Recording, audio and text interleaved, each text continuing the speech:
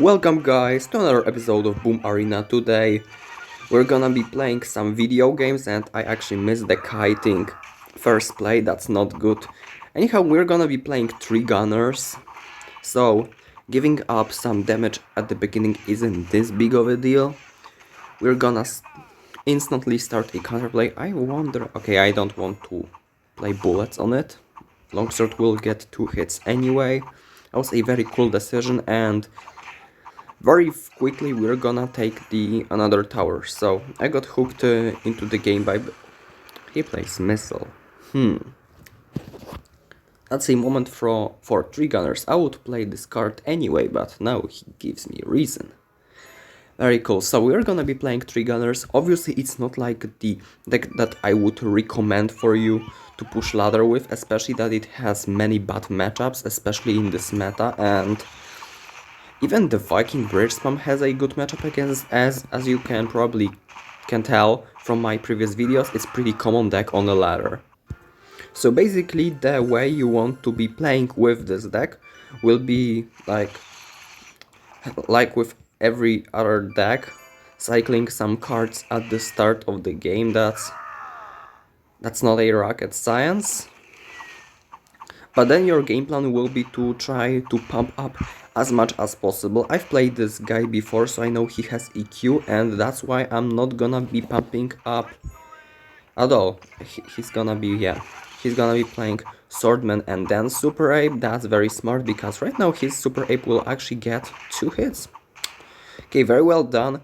Also, I gave up the gunner shots, because with this deck there are things more important than damage, and this thing is called initiative. So as long as you can just apply initiative, which is like attacking your opponent over and over again and forcing him to respond, you're gonna be in a good shape. And right now I've actually forced a first mistake, and this is the rolling steel on the wrong troop, and that's why I'm gonna get a lot of damage. Like, I would get a lot of damage anyway, but he wasn't just having a good responses for my push out, and that's why we're gonna get a very healthy damage rate. I didn't want this gunner to target my devils. It's gonna be pretty depressing. Yeah, but I think it was a good defense around anyway. It was just up to us to micro it better. I'm gonna obviously play a Devil Horse right here. I'm gonna follow it up with a Brood, because I have a huge troop left to spare, and I'm gonna just try to capitalize on it by putting a big tank in front of it. That's how you play with this deck, and basically there's nothing much more you can do with this. You can pretty much get the idea why this deck has so many bad matchups. So first of all, every deck with poison has a pretty decent chance to beating. Okay, he's gonna be playing 2.6 now, perhaps.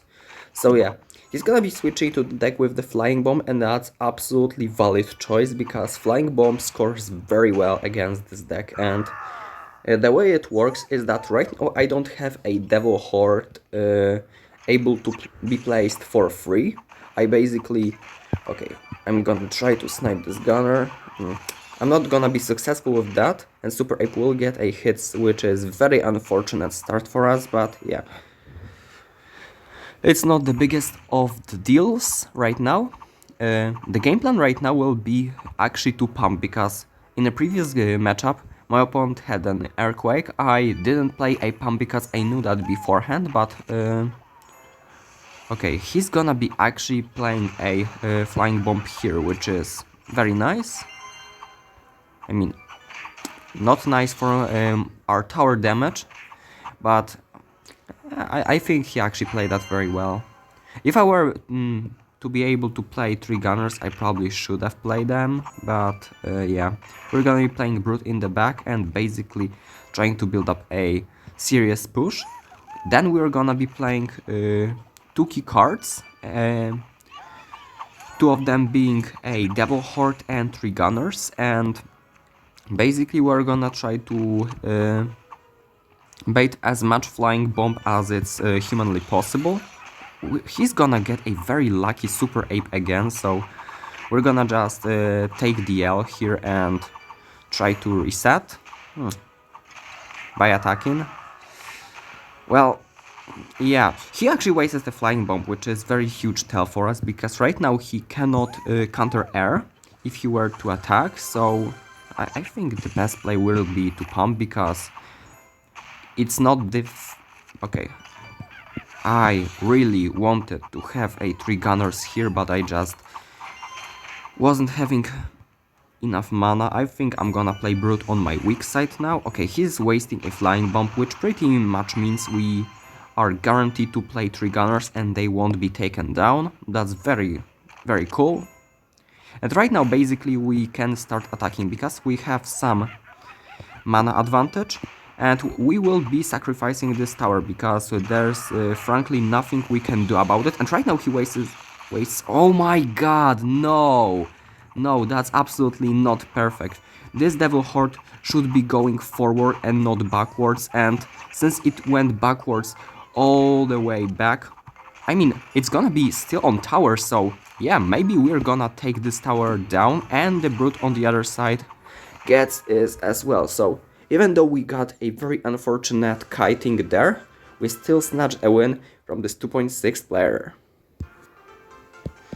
So the basic premises of this deck are very simple. You just play cards, and then if your opponent responds with some key card, you play the other. That's the basic premise of the game as a whole, but to be perfectly clear, it's very easy to understand with this deck, because basically every card you have is a bait card, and basically you can punish every single mistake of your opponent. I would love to kill this Piercing Archer, but I won't.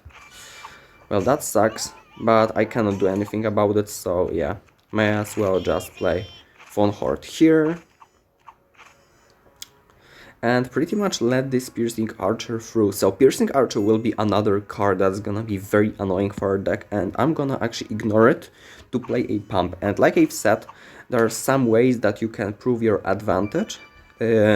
One of them is having an initiative, and initiative, like I've said before, is like the ability to constantly attack your opponent over and over again. And I think I already have a good way to attack my opponent, because I can play just that.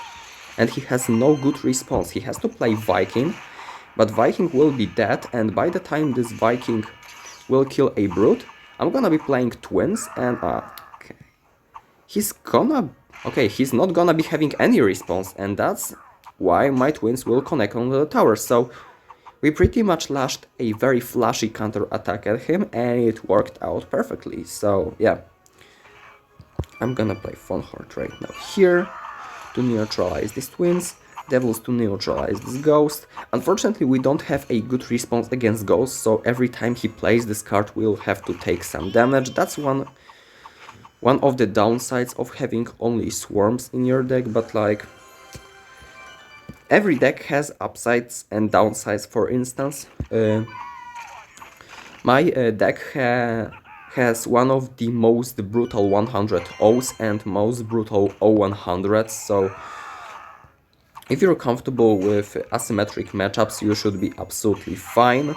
Okay, that kinda spirals out of the control. Every moment I look at this game, one of the gunners should die, and that's not bad. Okay,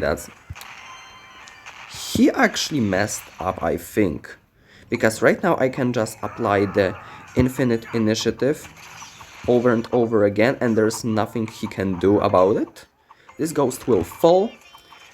This Piercing Archer will fall as well, but I won't have any time to collect the tower, so... Okay, that's the magic of the comebacks, and yeah, he's not gonna see these 3 gunners. Wow, I really thought I lost this one. But somehow, someway, we snatched that win from the jaws of defeat. What a close game.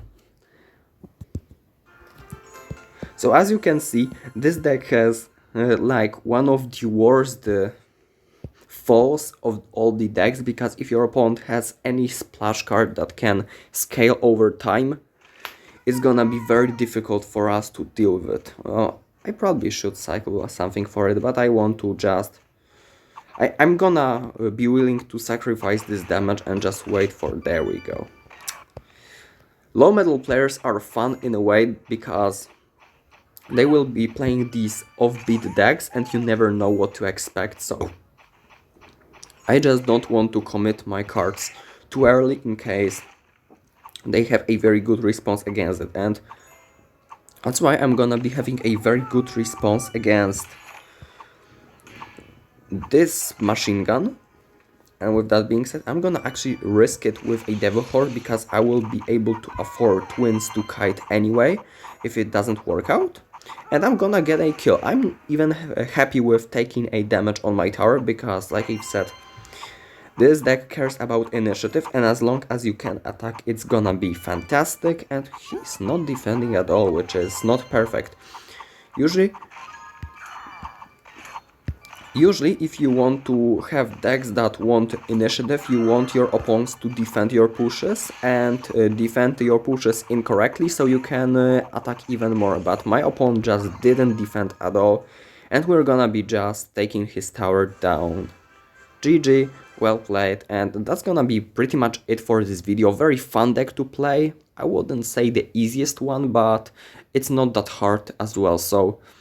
Thank you for watching. Make sure to use this deck by yourself. If you enjoyed my content, press subscribe button. I'm trying to reach the 500 subscriber mark by the end of summer of this year. And I think that's gonna be it. Thank you for watching till the end, and I'm gonna see you in the next episode of Boom Arena.